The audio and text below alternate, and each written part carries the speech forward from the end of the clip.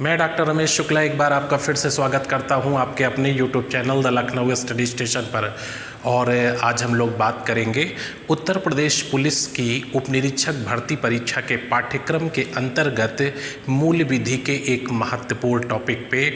और ये टॉपिक अधिनियम से संबंधित होगा और ये हमारा अधिनियम होगा लैंगिक अपराधों से बालकों का संरक्षण अधिनियम 2012 यानी protection of children from sexual offences 2012, जिसे शॉर्ट में पॉक्सो एक्ट के नाम से जाना जाता है। तो पॉक्सो एक्ट 2012 के बारे में बात करेंगे और विद 2019 के अमेंडमेंट के साथ है। तो यह अधिनियम हमारी परीक्षा के लिए बहुत ही इम्पॉर्टेंट है, क्योंकि आपके जो पाठ्यक्रम है उसमें दर्शाया गया है कि महिलाओं और बच्चों से संबंधित कानून। तो अगर बच्चों से संबंधित कानून की बात किया जाए तो लैंगिक अपराधों से बालकों का संरक्षण अधिनियम 2012 यानी protection of children from sexual offences act 2012 बहुत ही इम्पॉर्टेंट है। अगर बालकों के संबंध में अगर किसी कानून की बात की जाती है तो इसे नकारा नहीं जा सकता है। अब इस कानून की पृष्ठभूमि क्या रही, इस कानून को क्यों लाया गया, इसके बारे में हम लोग डिटेल में बात करेंगे। चूँकि ये अधिनियम थोड़ा सा विस्तृत है, थोड़ा सा बड़ा है और इस अधिनियम पे मैं आपसे बहुत ही डिटेल में बात करना चाहता था, इसे किसी प्रकार से शॉर्ट नहीं करना चाहता था इस अधिनियम का, इसलिए मैंने 2 पार्ट बना दिया। अभी तक जितने अधिनियम हमने आपको अपलोड किए हैं, जितने वीडियो लेक्चर दिए हैं, वो 1 पार्ट में हैं और उन्हें थोड़ा सा सारगर्भित किया गया है, लेकिन इस अधिनियम को मैंने पार्ट 1 और पार्ट 2 बना दिया। तो फिलहाल अभी पार्ट 1 पे मैं डिस्कस करूँगा, जो कि अध्याय 4 तक होगा, क्योंकि इस अधिनियम में जो आपके अध्याय हैं वो टोटल 9 अध्याय हैं और 9 अध्याय के अंतर्गत कुल 46 धाराएं हैं। तो इस अधिनियम में 9 अध्याय और 46 धाराएं हैं। अच्छा, इस अधिनियम को लाने की पृष्ठभूमि क्या थी? क्या हमारी भारतीय दंड संहिता में इस अधिनियम से संबंधित प्रावधान नहीं किए गए थे? तो सबसे पहली चीज़ आपको बता दें कि जो इंडियन पेनल कोड है, भारतीय दंड संहिता है, IPC 1860 है, इसमें जो व्यवस्था की गई है सेक्सुअल असॉल्ट यानी लैंगिक हमले के संबंध में व्यवस्था की गई है। तो पहली चीज़, लैंगिक हमला शब्द नहीं जोड़ा गया है, वहाँ पर इंडियन पेनल कोड के सेक्शन 375 में बलात्कार शब्द का प्रयोग किया गया है, यानी रेप शब्द का प्रयोग किया गया है। और यहाँ पे रेप की जो परिभाषा दी गई है वह किसी पुरुष द्वारा किसी महिला का ही रेप किया जा सकता है। तो यहाँ पे अपराधी पक्ष केवल पुरुष को बनाया गया है, यानी इसमें दर्शाया गया है कि यदि कोई पुरुष किसी महिला से उसकी सम्मति के बिना, उसकी इच्छा के विरुद्ध या उसे कोई भय दिखा करके या इस विश्वास में रखना कि वह वही पुरुष है जिससे वह विधिपूर्वक विवाहित है, या उससे मतत्वता की स्थिति में या ऐसा कोई पदार्थ खिलाकर जिससे वो संज्ञा शून्य हो जाए, इन विभिन्न परिस्थितियों में कुल 6 परिस्थितियां बताई गई हैं। यदि कोई पुरुष किसी महिला के साथ बलात्कार करता है या मैथुन गठित करता है तो वह धारा 376 में दंडित किया जाएगा, यानी 375 में बलात्कार की परिभाषा दी गई है और 376 में इसके लिए दंड का प्रावधान किया गया है। हाँ, यहाँ पर सम्मति से तात्पर्य है कि यदि कोई महिला 16 साल से कम आयु की है तो उसकी सम्मति नहीं मानी जाएगी।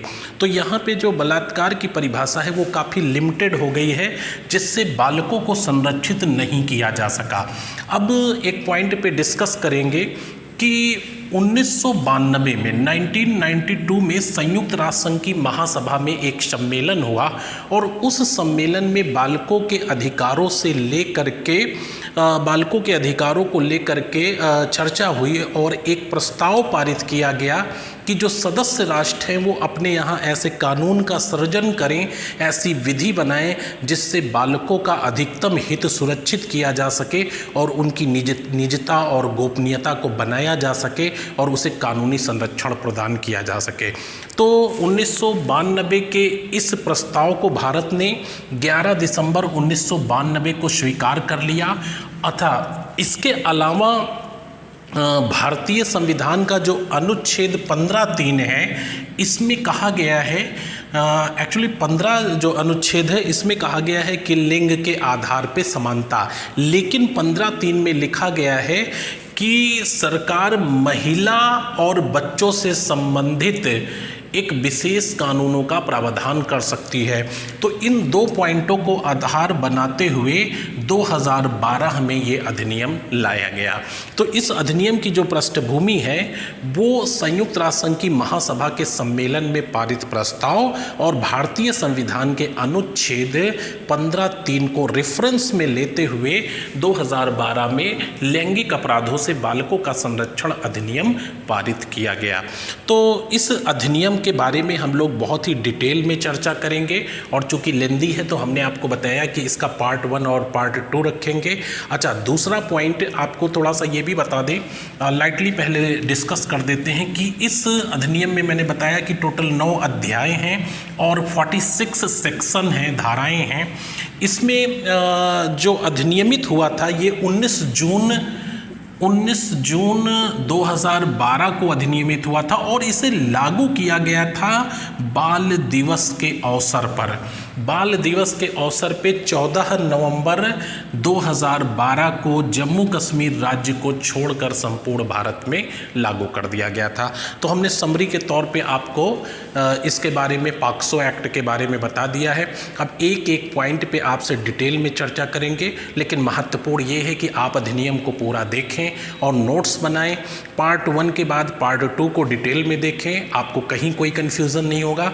कन्फ्यूज़न तब होता है जब हम आधा अधूरा देखते हैं, तो आप पूरा इसे देखिए और नोट्स बनाइए। उसके बावजूद भी अगर कोई आपका सुझाव है, कोई सजेशन है, तो आप हमें कमेंट बॉक्स में लिखिए, उसको हम सुधारेंगे या उस पर डिस्कस आपसे करेंगे और डाउट के लिए आपका एक नया लेक्चर तैयार करेंगे ताकि कहीं परीक्षा हाल के अंदर कोई कन्फ्यूज़न ना पैदा हो। तो आइए हम लोग चलते हैं पहले पॉइंट पर।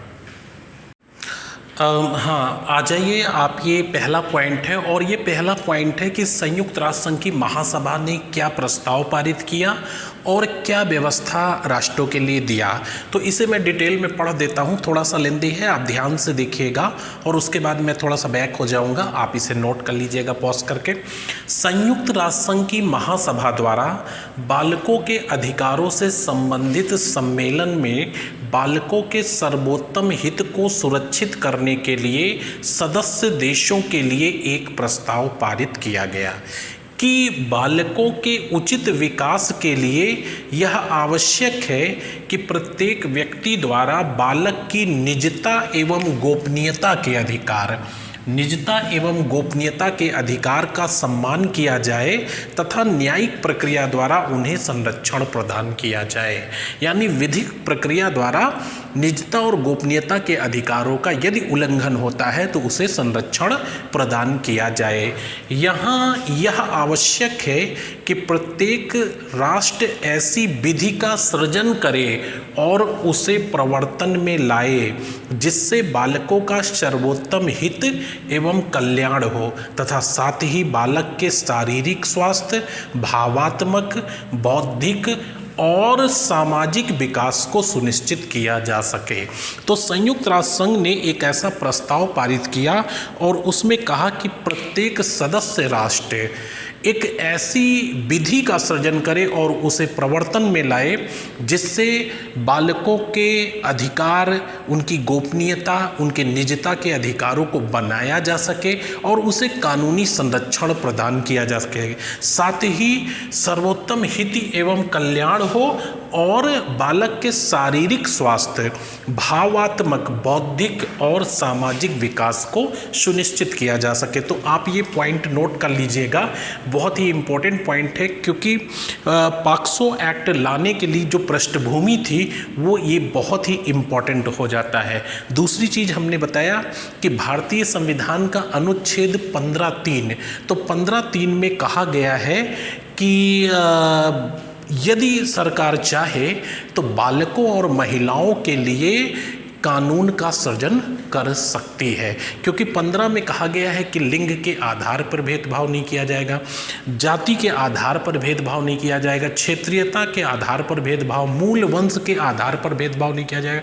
तो फिर अगर ये कहा गया 15 में, सेक्शन 15 में भारतीय संविधान के, कि लिंग के आधार पर भेदभाव नहीं किया जाएगा, तो इसका अपवाद है 15(3), जिसमें कहा गया है कि महिलाओं और बच्चों के संबंध में विशेष विधि सरकार द्वारा बनाई जा सकती है। तो आइए अगला पॉइंट देखते हैं।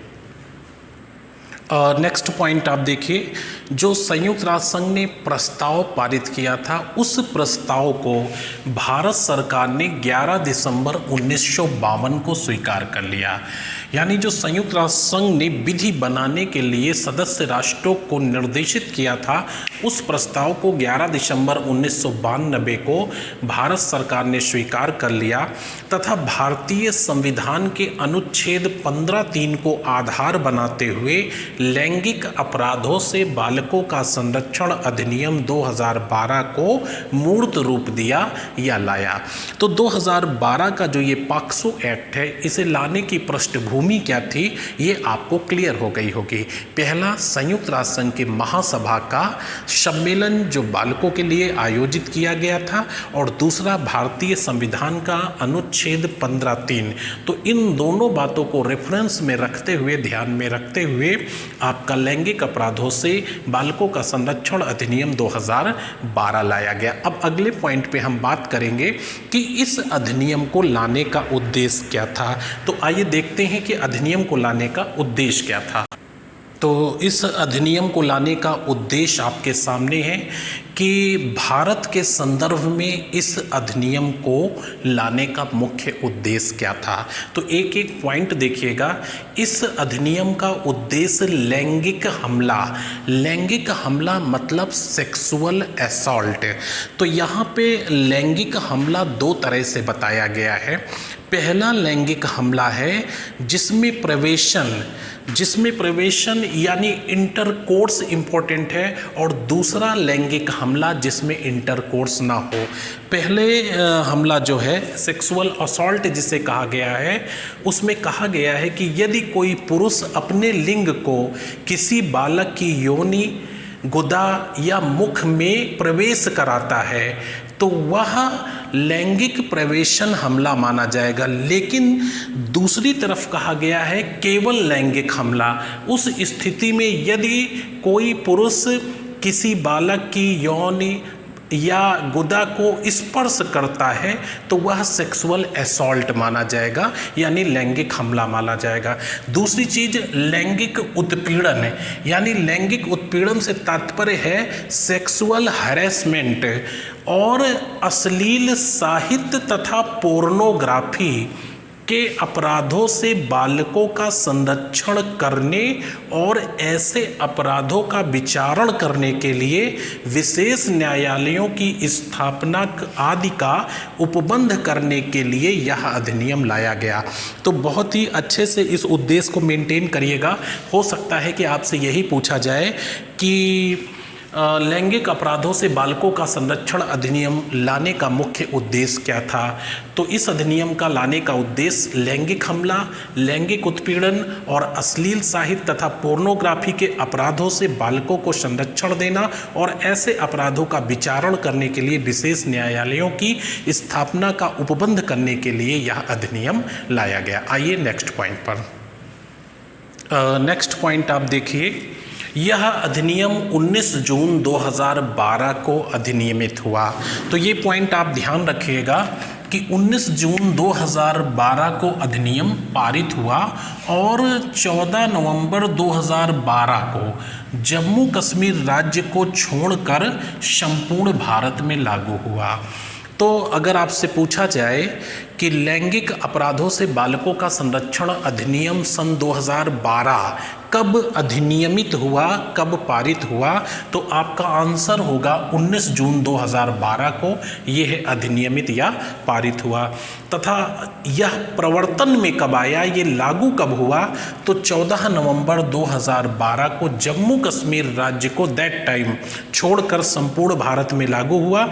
चूँकि अब जम्मू कश्मीर राज्य से धारा 370 के तहत विशेष दर्जे के अधिकार को समाप्त कर दिया गया है। अतः यह अधिनियम जिस तरह से भारत के सभी राज्यों पर अप्लाई होता है, लागू होता है, उसी तरह से अब जम्मू कश्मीर में भी लागू होगा। तो ये चीज़ यहाँ पे ध्यान रखिएगा, नोट में मैंने लिख दिया है। और अगला पॉइंट ये है कि इस अधिनियम में कुल 9 अध्याय हैं तथा 46 धाराएं यानी सेक्शन हैं। तो ये फैक्ट है, आप इनको मेंटेन करिएगा।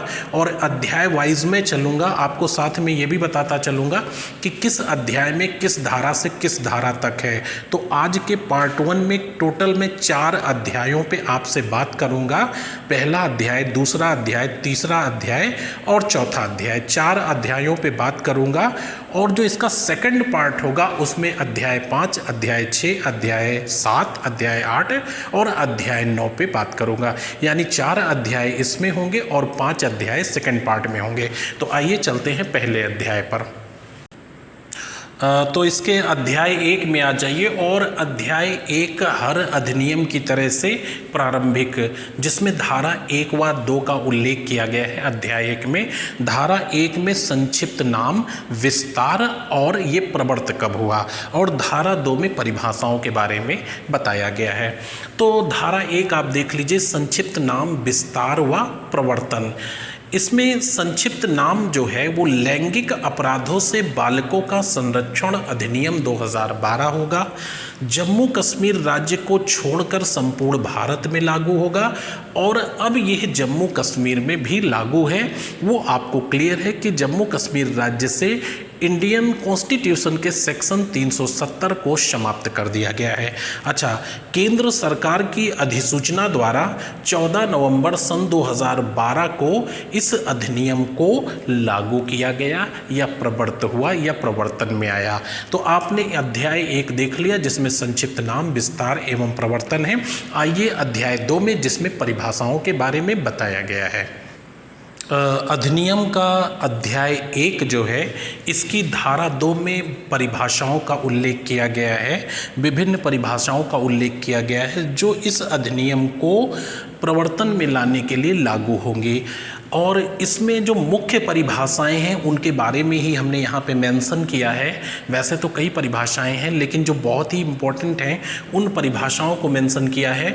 तो 2गा में यानी धारा 2गा में सशस्त्र बल की परिभाषा दी गई है। तो यहाँ सशस्त्र बल से तात्पर्य संघ के सशस्त्र बल या राज्य के सुरक्षा या पुलिस बल से है। यानी सेंट्रल गवर्नमेंट का सशस्त्र बल या स्टेट गवर्नमेंट का सशस्त्र बल, सुरक्षा बल या पुलिस बल से तात्पर्य है यहाँ पे। दूसरा पॉइंट 2घा में बालक शब्द को परिभाषित किया गया है।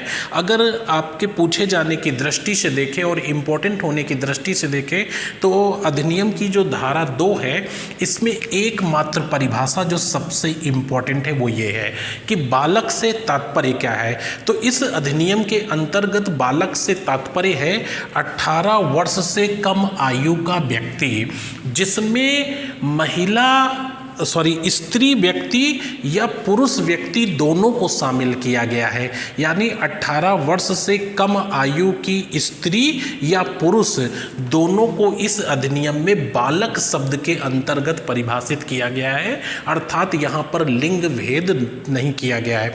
यानी 18 वर्ष से कम आयु के पुरुष और स्त्री दोनों को इस अधिनियम के तहत संरक्षण प्रदान किया गया है। तो यहाँ पे बालक शब्द से ध्यान रखिएगा, क्योंकि बालक की जो परिभाषा है ये अलग अलग अधिनियम में अलग अलग है। अगर कारखाना अधिनियम में देखा जाए तो 14 वर्ष है बालक की परिभाषा, कंपनी अधिनियम में देखा जाए तो 15 वर्ष है। कुछ जगह बालक शब्द की जो परिभाषा है वो 16 वर्ष है। लेकिन यहाँ पे लैंगिक अपराधों से बालकों का संरक्षण अधिनियम की धारा 2घा में जो बालक शब्द की परिभाषा है वो 18 वर्ष से कम आयु का कोई भी स्त्री या पुरुष वो बालक में आएगा। तो इसको ध्यान रखिएगा, ये काफ़ी इम्पोर्टेंट है। आइए अगली परिभाषा पर। धारा 2 में 3 परिभाषाएं मैं और आपको दिखाऊंगा। उधर 2 परिभाषाएं आपने देखी थी, एक सशस्त्र बल की परिभाषा क्या है और दूसरा बालक शब्द की परिभाषा क्या है इस अधिनियम के रेफरेंस में।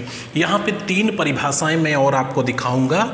ये धारा 2 अंगा है, यानी धारा 2 अंगा जो इसकी है, इसमें घरेलू संबंध, तो घरेलू संबंध की परिभाषा इसमें वही स्वीकार की गई है जो घरेलू हिंसा अधिनियम 2005 में दी है। तो इस परिभाषा को एज इट इज घरेलू हिंसा अधिनियम 2005 से उठाकर यहाँ स्वीकार कर लिया गया है। तो घरेलू संबंध से वही तात्पर्य है जो घरेलू हिंसा अधिनियम 2005 में दिया गया है। नेक्स्ट पॉइंट है 2(4), जिसमें प्रवेशन लैंगिक हमला, तो ये काफ़ी इंपॉर्टेंट है। Penetrative sexual assault, penetrative sexual assault यानी प्रवेशन लैंगिक हमले की जो परिभाषा है वो इस अधिनियम के लिए स्पेशल परिभाषा बनाई गई है जो इस अधिनियम की धारा 3 में दिया है। अच्छा, ये प्रवेशन शब्द आपके इंडियन पेनल कोड में है, लेकिन वहाँ पर केवल ये बताया गया है कि यदि कोई पुरुष अपना लिंग किसी महिला की योनि में प्रवेश कराता है, लेकिन यहाँ पे यह शब्द काफ़ी विस्तृत है। यहाँ पे लिंग के अलावा शरीर का कोई अंग या कोई वस्तु किसी बालक के यौन मुख गुदा मार्ग में प्रवेश कराता है तो उसे पेनेट्रेटिव लैंगिक हमला यानी प्रवेशन लैंगिक हमला कहा जाएगा। तो यहाँ पे प्रवेशन लैंगिक हमले की जो परिभाषा है उसको काफ़ी विस्तृत कर दिया गया है जो कि इंडियन पेनल कोड से बिल्कुल डिफरेंट है।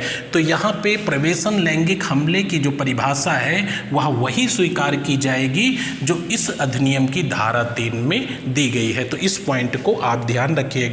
2(4) और 2(टा) में दिया है साझी गृहस्थी।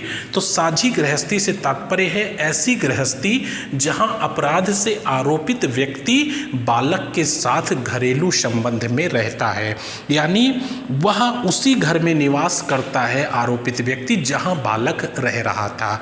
यह रिश्ते में कोई भी हो सकता है, चाचा, मामा, दादा, फूफा, कोई भी हो सकता है। यह उसके साथ घरेलू संबंध में निवास कर रहा था। तो इस तरह से हमने इम्पोर्टेंट आपको 5 परिभाषाएं बता दी हैं। इसके अलावा अन्य परिभाषाओं को आप अवॉइड करिए। अब हम चलेंगे अधिनियम के अध्याय 2 पर और धारा 3 पर। आइए, अधिनियम का अध्याय 2 और इसमें बालकों के विरुद्ध लैंगिक अपराध, यानी यहाँ पे अधिनियम के जो अध्याय 2 है इसमें धारा 3 से लेकर के धारा 12 तक वर्णन किया गया है जो बालकों के विरुद्ध लैंगिक अपराध से संबंधित है, यानी sexual offences against children, sexual offences against children, बालकों के विरुद्ध लैंगिक अपराध से संबंधित है अध्याय 2। और इसमें धारा 3 से लेकर के धारा 12 तक इस अपराध की डेफिनीशन और दंड का वर्णन किया गया है। तो एक एक चीज़ देखिएगा आप ध्यान से, और यही अध्याय हमारे लिए इम्पोर्टेंट है। तो अधिनियम की धारा 3 पर जब आप आएंगे तो प्रवेशन लैंगिक हमला है। तो प्रवेशन लैंगिक हमला, इसमें अगर इंग्लिश शब्द इसके लिए प्रयोग करेंगे तो पेनेट्रेटिव होता है। पेनेट्रेटिव लैंगिक हमला यानी penetrative sexual assault, penetrative sexual assault यानी प्रवेशन लैंगिक हमला। तो इसका पहला पॉइंट देखिएगा, इसमें 3 पॉइंट हम आपको बताएंगे। इसके अंतर्गत प्रवेशन लैंगिक हमला माना जाएगा। इसके अंतर्गत धारा 3 के अंतर्गत प्रवेशन लैंगिक हमला माना जाएगा जब कोई व्यक्ति अपना लिंग किसी बालक की योनि, मुख या गुदा में किसी सीमा तक प्रवेश कराता है या किसी अन्य व्यक्ति से बालक के साथ करवाता है। तो यहाँ पे आप इसका धारा 3 का पहला पॉइंट देखिएगा कि जब कोई व्यक्ति अपना लिंग किसी बालक की योनि, मुख या गुदा में किसी सीमा तक प्रवेश कराता है या किसी अन्य व्यक्ति से बालक के साथ ऐसा करवाता है, तो यहाँ पे लिंग शब्द है। अगला आप इसका पॉइंट देखिएगा। आइए अगले पॉइंट पे मेंशन करते हैं। प्रवेशन लैंगिक हमले में पहले पॉइंट में हमने बताया था कि यदि कोई व्यक्ति अपना लिंग किसी बालक की यौन, मुख या गुदा में किसी सीमा तक प्रवेश कराता है या किसी अन्य व्यक्ति से करवाता है, तो ये पहला पॉइंट था। ये दूसरा पॉइंट आप देखिएगा, यदि कोई व्यक्ति लिंग के स्थान पर, यदि कोई व्यक्ति लिंग के स्थान पर कोई वस्तु या शरीर का कोई अंग जो लिंग नहीं है, शरीर का कोई अंग जो लिंग नहीं है, किसी बालक की यौन, मुख, गुदा में किसी सीमा तक प्रवेश कराता है या किसी अन्य व्यक्ति से करवाता है। तो यहाँ पे आपने इसका दूसरा पॉइंट देखा कि लिंग के स्थान पे कोई वस्तु या शरीर का कोई अंग जो कि इंडियन पेनल कोड के 375 में मेंशन नहीं किया गया था, लेकिन इस अधिनियम की धारा 3 में यह मेंशन किया गया है कि यदि लिंग के स्थान पर कोई व्यक्ति कोई वस्तु या शरीर का अन्य कोई अंग जो लिंग नहीं है, किसी बालक की यौन, मुख, गुदा में किसी सीमा तक प्रवेश कराता है या किसी अन्य व्यक्ति से ऐसा करवाता है। नेक्स्ट पॉइंट देखिएगा, यदि कोई व्यक्ति बालक के लिंग, यौन, गुदा, मुख पर अपना मुख लगाता है या अन्य व्यक्ति से ऐसा करवाता है, तो इन सब परिस्थितियों में प्रवेशन लैंगिक हमला माना जाएगा। यानी माना जाएगा इन परिस्थितियों में कि पेनेट्रेटिव सेक्सुअल असॉल्ट हुआ है और धारा 3 में परिभाषित हो चुका है। तो इसके लिए जो दंड का प्रावधान किया गया है वो इस अधिनियम के सेक्शन 4 में किया गया है। तो आइए अगली धारा में इसके लिए देखते हैं कि क्या दंड की व्यवस्था की गई है। अधिनियम की धारा 4 आप देख रहे हैं, जिसमें प्रवेशन लैंगिक हमले के लिए दंड का प्रावधान किया गया है। तो यहाँ पर यह बताया गया है कि यदि किसी व्यक्ति ने धारा 3 का अपराध किया है, धारा 3 में जैसा परिभाषित किया गया है प्रवेशन लैंगिक हमला, यदि कोई व्यक्ति धारा 3 का अपराध करता है तो उसे न्यूनतम 7 वर्ष से लेकर आजीवन कारावास तक की सजा एवं जुर्माने से दंडित किया जाएगा। तो प्रवेशन लैंगिक हमला जो है, इसकी परिभाषा कि किस स्थिति में प्रवेशन लैंगिक हमला माना जाएगा, ये धारा 3 में दिया है। और यदि कोई व्यक्ति धारा 3 का अपराध करता है तो उसके लिए दंड की व्यवस्था धारा 4 में की गई है। अब हम चलेंगे धारा 5 पर। अधिनियम की धारा 5 में आ जाइए, काफ़ी इम्पोर्टेंट है। इसमें लिखा हुआ है गुरुतर प्रवेशन लैंगिक हमला। तो शायद ये शब्द समझने में थोड़ी सी आपको दिक्कत हो कि गुरुतर प्रवेशन लैंगिक हमला क्या है। तो इसकी इंग्लिश आप देखिए, बाद में मैं ये हटा दूंगा, ये केवल लिखा रहेगा, रिलैक्स होकर आराम से चलिएगा। Aggravated penetrative sexual assault, aggravated penetrative sexual assault. तो एग्रेवेटेड का मतलब होता है गंभीर। तो आप इसका दूसरा शब्द देखिए, गुरुतर का दूसरा शब्द देखिए, गंभीर प्रवेशन लैंगिक हमला। तो यहाँ पे गंभीर प्रवेशन लैंगिक हमले से तात्पर्य क्या है? यहाँ पे तात्पर्य यह है कि वह बालक जिसकी बात की जा रही है, जिसे धारा 2 में परिभाषित किया गया, वह बालक यदि किसी पुलिस अधिकारी के द्वारा या जेल में संरक्षण अधिकारी द्वारा या कर्मचारी द्वारा या किसी अस्पताल के डॉक्टर या कर्मचारी द्वारा या किसी शैक्षणिक या धार्मिक संस्था के प्रबंधन द्वारा या साझी गृहस्थी में रहने वाले किसी व्यक्ति द्वारा, तो इस तरह से यदि गंभीर प्रवेशन लैंगिक हमला माना जाएगा यदि उनके द्वारा धारा 3 का अपराध किया जाता है। तो इसमें थोड़ा सा इसका विस्तृत है, तो मैं 2 पॉइंट में करके लिखूंगा। धारा 5 को आप ध्यान से समझिएगा, ये अपराध धारा 3 का ही है, लेकिन इन व्यक्तियों द्वारा किया जाएगा। तो अभी 2019 के संशोधन में जो मैक्सिमम सजा है उसे मृत्यु दंड तक बढ़ा दिया गया है। यानी अगर गंभीर प्रवेशन लैंगिक लैंगिक हमला जो कि धारा 5 में दिए गए व्यक्तियों द्वारा किया जाता है, तो इस स्थिति में जो अधिकतम सजा होगी वो मृत्युदंड होगी और जो न्यूनतम सजा होगी वो 10 वर्ष का कारावास होगा। तो इसमें मैं मेंशन करता हूं कि वो कौन से व्यक्ति हैं, किन स्थितियों में गंभीर प्रवेशन लैंगिक अपराध यानी एग्रेवेटेड पेनिट्रेटिव सेक्सुअल असॉल्ट माना जाएगा। तो आप आइए देखते हैं। धारा 5 को आप बहुत ही ध्यान से देखिएगा। गुरुतर प्रवेशन लैंगिक हमला, हमने आपको एक्सप्लेन करके बताया था कि गंभीर प्रवेशन लैंगिक हमला यानी एग्रेवेटेड पेनिट्रेटिव सेक्सुअल असॉल्ट, तो इसमें जो है इसके अंतर्गत कोई पुलिस अधिकारी सशस्त्र बल या सुरक्षा बल का सदस्य, कोई लोक सेवक, जेल व संरक्षण गृह का प्रभारी या कर्मचारी, सरकारी या निजी अस्पताल का डॉक्टर या कर्मचारी, शैक्षणिक धार्मिक संस्था का कोई कर्मचारी अथवा आग्नेय अस्त्र या तेजाब हमले का, आग्नेय अस्त्र का मतलब यहाँ पे आपका रिवॉल्वर, बंदूक, इस तरह का कोई अस्त्र आएगा, तो आग्नेय अस्त्र या तेजाब हमले का भय दिखाते हुए या घोर उपाहित करते हुए, घोर उपाहित का मतलब उसे चोट पहुंचाते हुए।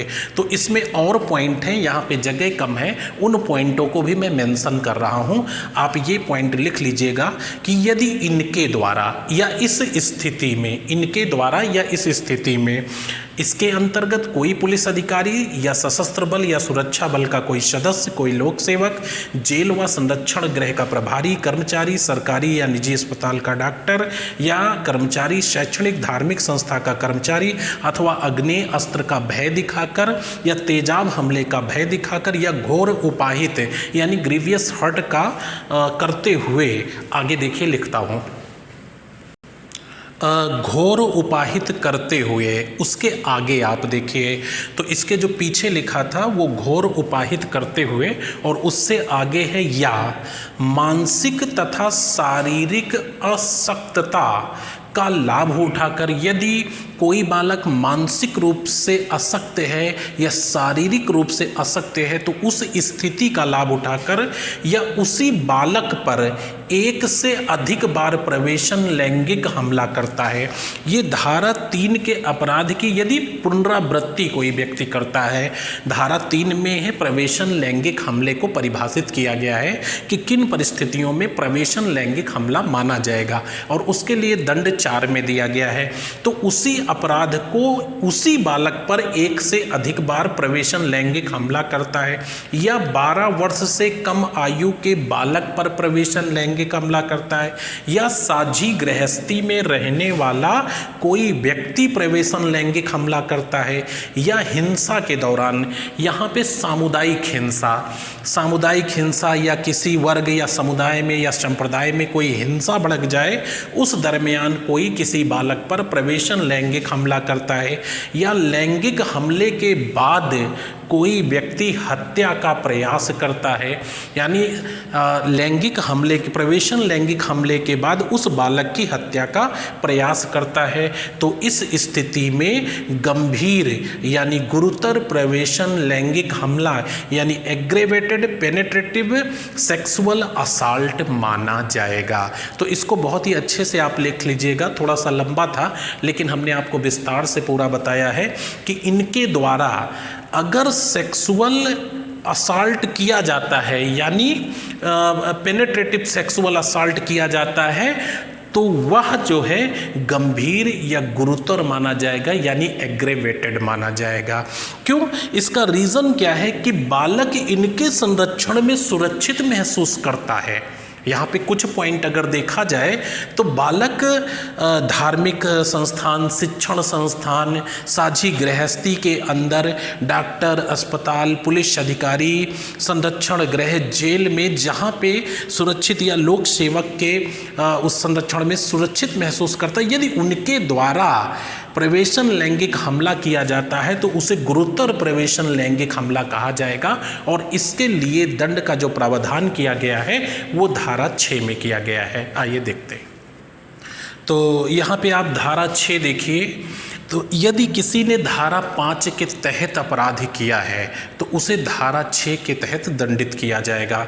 तो धारा 6 आप देखेंगे, यदि कोई व्यक्ति धारा 5 का अपराध करता है, तो धारा 5 में क्या था,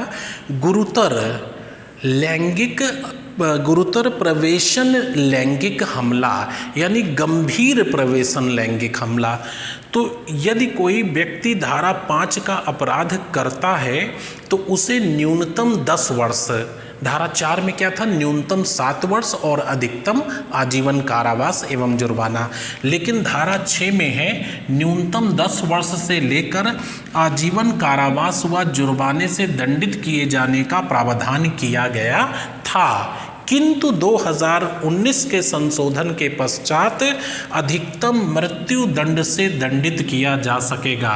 तो इस अधिनियम में जो 2019 का अमेंडमेंट लागू किया गया है, जिसे 2020 में लागू किया गया है, 2019 के अमेंडमेंट को, उसमें कहा गया है कि यदि कोई धारा 5 का अपराध करता है लैंगिक अपराधों से बालकों का संरक्षण अधिनियम के तहत, तो उसे धारा 6 के तहत मृत्यु दंड तक की सजा से दंडित किया जा सकेगा।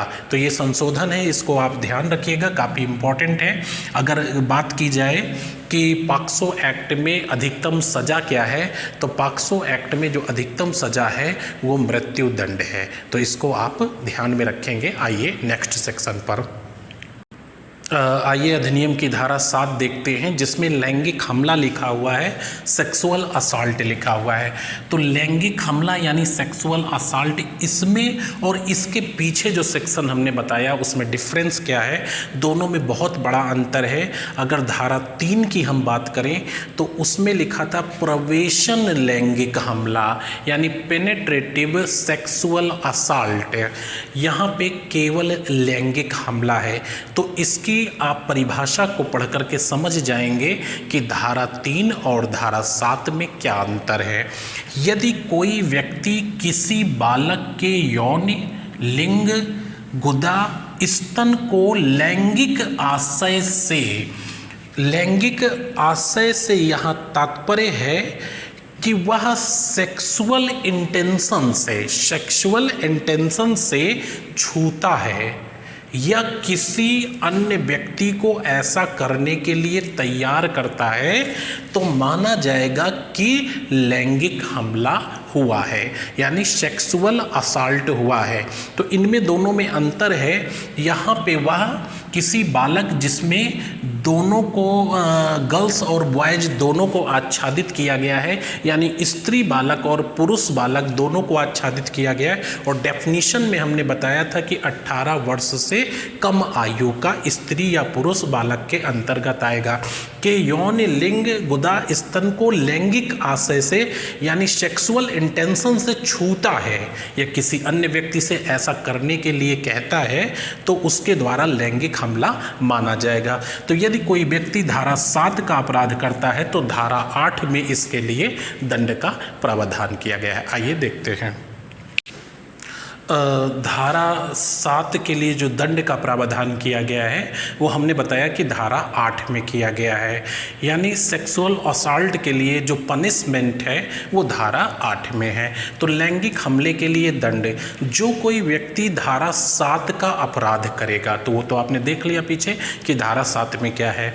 तो जो कोई व्यक्ति धारा 7 का अपराध करेगा वह न्यूनतम 3 वर्ष से 5 वर्ष तक के कारावास व जुर्माने से दंडित किया जाएगा।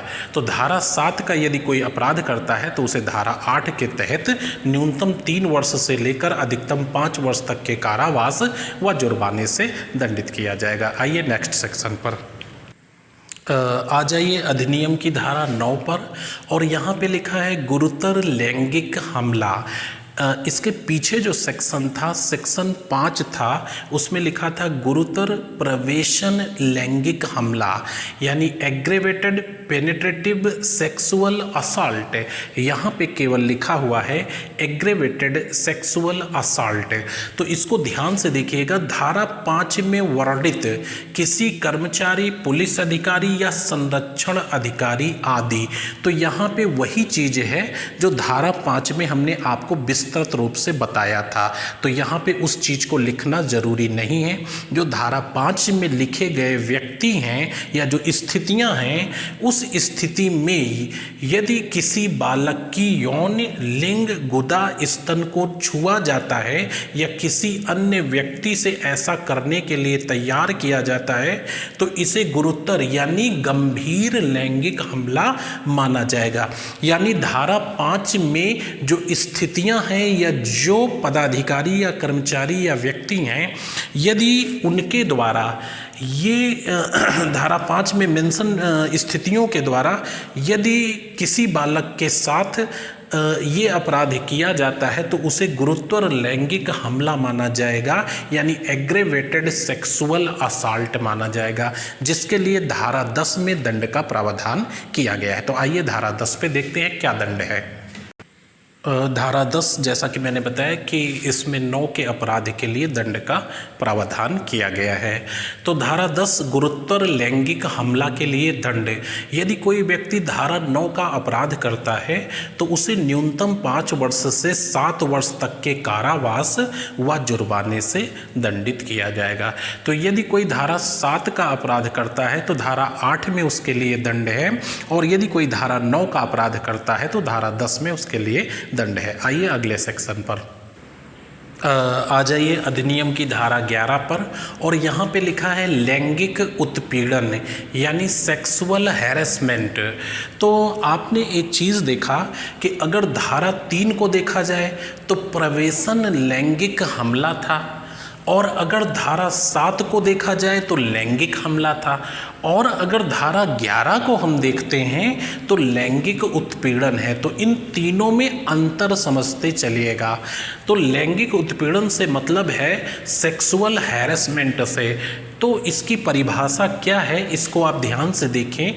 इसके अंतर्गत यदि कोई व्यक्ति अश्लील उद्देश्य से, इसके अंतर्गत यदि कोई व्यक्ति अश्लील उद्देश्य से कोई शब्द कहे, ध्वनि करे, हूटिंग करे, शरीर का कोई अंग दिखाए और बालक उसे सुने या देखे, यानी ऐसी स्थान, ऐसी स्थिति, ऐसी सिचुएशन में वो ये कर रहा है कि बालक उसे देख सके या सुन सके, अथवा कोई अश्लील चित्र या फिल्म दिखाए, अथवा अश्लील प्रयोजन के लिए प्रलोभन दे। तो इस स्थिति में लैंगिक उत्पीड़न यानी सेक्सुअल हैरेसमेंट का अपराध माना जाएगा। तो लैंगिक उत्पीड़न क्या है ये चीज़ आपको क्लियर हो गई होगी, और इसके लिए जो पनिशमेंट की व्यवस्था की गई है वो अगले सेक्शन यानी सेक्शन 12 में की गई। आइए देखते हैं। धारा 12 हमने आपको बताया कि धारा 12 में लैंगिक उत्पीड़न यानी सेक्सुअल हैरेसमेंट के लिए पनिशमेंट की व्यवस्था की गई है, दंड की व्यवस्था की गई है। तो यदि कोई व्यक्ति धारा 11 का अपराध करता है, यानी धारा 11 में परिभाषित अपराध करता है, तो उसे धारा 12 के अंतर्गत 3 वर्ष के कारावास व जुर्माने से दंडित किया जाएगा। आइए अगले अध्याय 3 पर। अध्याय 3 देखिए, और अध्याय 3 में सिर्फ 3 सेक्शन हैं, 13, 14 और 15। तो यहाँ पे हमने मेंशन नहीं किया, आप नोट कर लीजिएगा कि अध्याय 3 में 13 से लेकर के 15 तक 3 धाराएं हैं।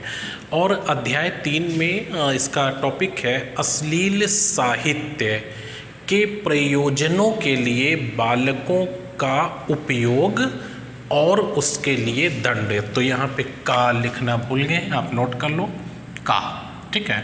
अश्लील साहित्य के प्रयोजनों के लिए बालकों का उपयोग और उसके लिए दंड। अब ये अध्याय 3 में टॉपिक है अश्लील साहित्य के प्रयोजनों के लिए बालकों को उपयोग और दंड, और इसमें 3 धाराएं हैं 13 से लेकर 15 तक। तो धारा 13 देखिए, यानी अधिनियम के अध्याय 3 की धारा 13, अश्लील साहित्य के प्रयोजनों के लिए बालक का उपयोग।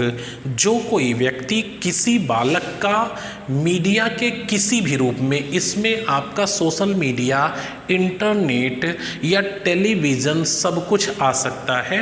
तो जो कोई व्यक्ति किसी बालक का मीडिया के किसी भी रूप में उसके यौन अंगों का अथवा नकली या वास्तविक लैंगिक कार्यों का अथवा किसी प्रकार की अश्लीलता का प्रदर्शन करेगा वह इस धारा के तहत अपराधी माना जाएगा, जिसके लिए दंड की व्यवस्था धारा 14 में की गई। तो आइए देखते हैं धारा 14। तो आपने देखा कि यदि कोई व्यक्ति धारा 13 का अपराध करता है तो धारा 14 में उसके लिए दंड का प्रावधान किया गया है। आप देखिए, इसको मैं पढ़ रहा हूँ। धारा 14, यदि कोई व्यक्ति धारा 13 का अपराध करता है तो उसे प्रथम बार में 5 वर्ष के कारावास व जुर्माने से दंडित किया जाएगा, किंतु यदि वह अपराध की पुनरावृत्ति करता है यानी द्वितीय बार उसी अपराध को दोहराता है तो उसे 7 वर्ष के कारावास व जुर्माने से दंडित किया जाएगा। तो ये चीज़ आपको क्लियर हो गई कि यदि धारा 13 का अपराध करता है तो उसे धारा 14 के तहत दंडित किया जाएगा। आइए नेक्स्ट पॉइंट पर। अध्याय 3 की धारा 15 काफ़ी इम्पोर्टेंट है और इसको ध्यान रखिएगा। ये जो चाइल्ड पोर्नोग्राफी है उसकी CD, DVD या ऐसी बुकें या ऐसा फिल्म का कलेक्शन रखता है या भंडारित करता है तो इस धारा के तहत वह दंडित किया जाएगा।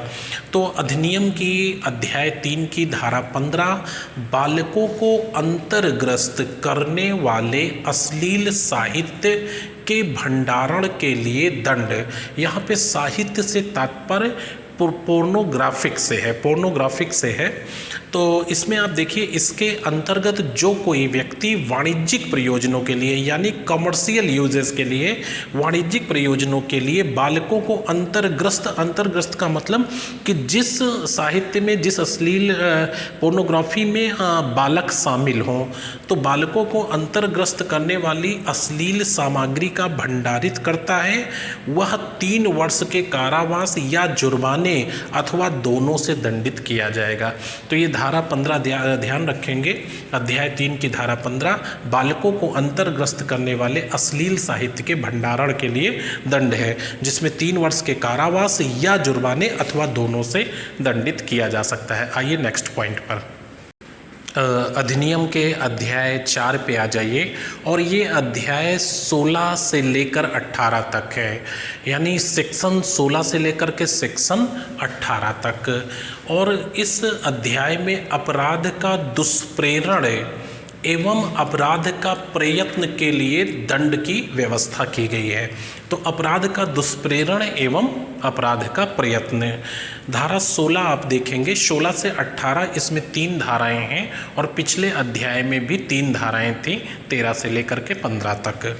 तो अध्याय 4 की धारा 16 अपराध का दुष्प्रेरण है।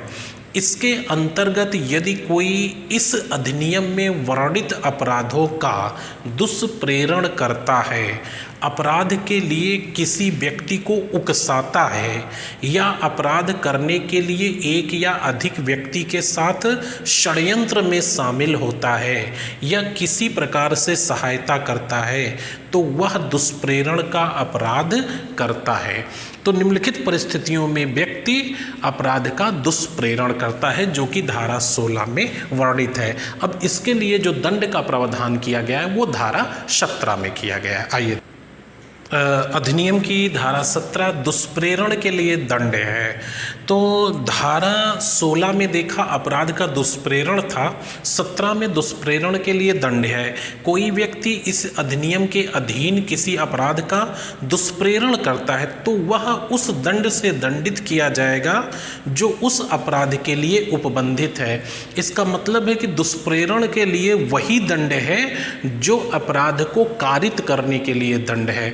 यानी धारा 3 में जो परिभाषित अपराध है, अध्याय 2 के धारा 3 में जो परिभाषित अपराध है यानी प्रवेशन लैंगिक हमला, यदि कोई व्यक्ति उसका दुष्प्रेरण करता है तो वह उसी प्रकार से दंडित किया जाएगा जो धारा 4 में दंड मेंशन किया गया है। आ जाइए नेक्स्ट पॉइंट पर।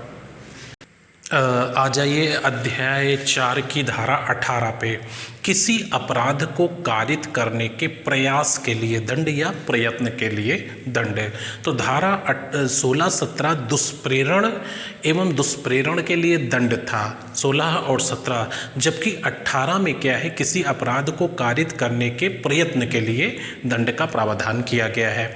इसके अंतर्गत जो कोई व्यक्ति इस अधिनियम के अधीन किसी अपराध को करने का प्रयास या प्रयत्न करता है तो उस अपराध के लिए उपबंधित दंड के आधे दंड से, उस अपराध के लिए उपबंधित दंड के आधे दंड से दंडित किया जाएगा या जुर्माने से दंडित किया जाएगा अथवा दोनों से दंडित किया जा सकेगा। तो इस चीज़ को ध्यान रखिएगा कि अध्याय 4 की धारा 18 में किसी अपराध को कारित करने के प्रयत्न के लिए दंड का प्रावधान किया गया है। तो जो कोई व्यक्ति इस अधिनियम के अधीन किसी अपराध को करने का प्रयत्न करता है तो उस अपराध के लिए, जिस अपराध को करने का प्रयत्न करता है तो उस अपराध को करने के लिए जो भी दंड कारावास का प्रावधान किया गया है उसके आधे दंड से दंडित किया जाएगा या जुर्माने से दंडित किया जाएगा अथवा दोनों से दंडित किया जाएगा। तो इस तरह से पार्ट 1 समाप्त होता है।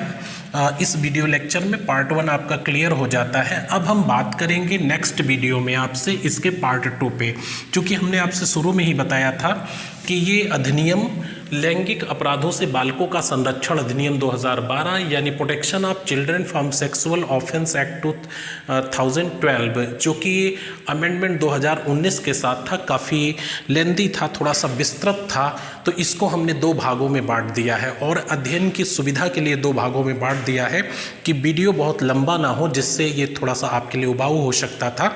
लेकिन आपकी ये जिम्मेदारी है कि दोनों सेक्शनों को देखें, दोनों भागों को देखें, भाग 1 के साथ भाग 2 को देखें और भाग 2 का जो लिंक होगा वो मैं इसमें डाल दूंगा और वैसे तो प्लेलिस्ट में आपका दिया ही रहता है। तो दोनों भागों को देखें और इसका नोट्स बना लें तथा हमें कमेंट में अगर आपकी कोई प्रतिक्रिया है तो उसे लिख करके बताएं। तो मिलते हैं नेक्स्ट इसके सेकंड पार्ट पे, तब तक के लिए बहुत सारी शुभकामनाएं। धन्यवाद।